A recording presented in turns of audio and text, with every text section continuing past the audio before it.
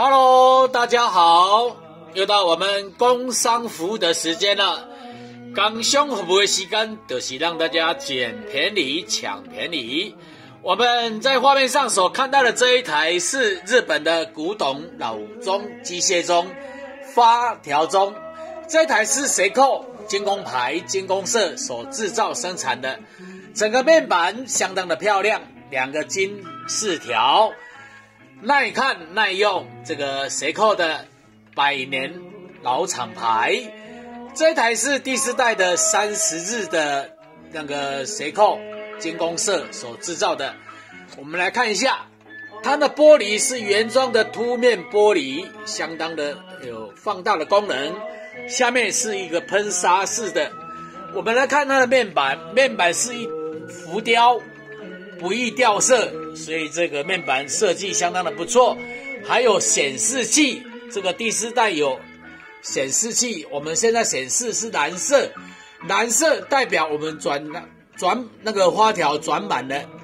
然后白色是代表印转中，红色就是提醒你要上发条的时候了。还有2个发条器都是往内转，我们有标示，千万不要去转错方向，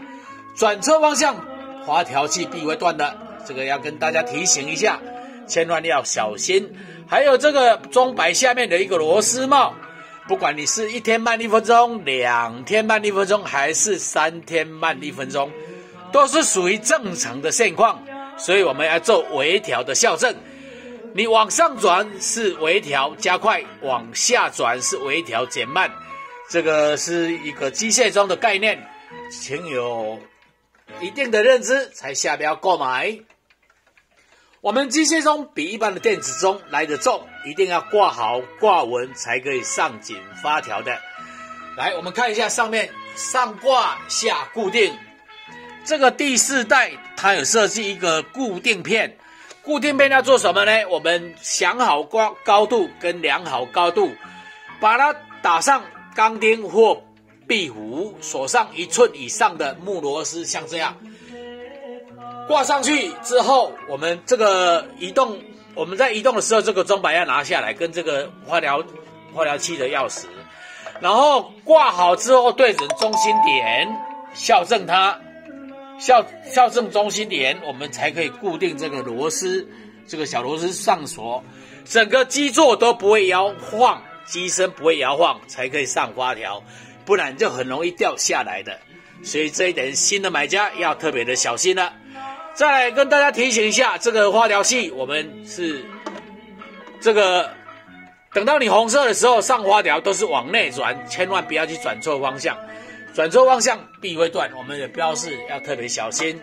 再来我们测试给大家听一下这个钟声，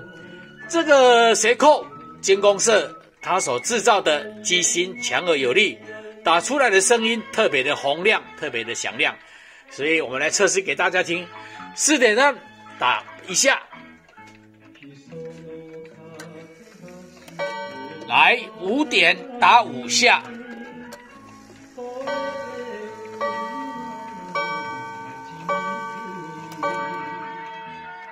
好的，5点打5下，相当的不错，声音相当洪亮，相当的好听，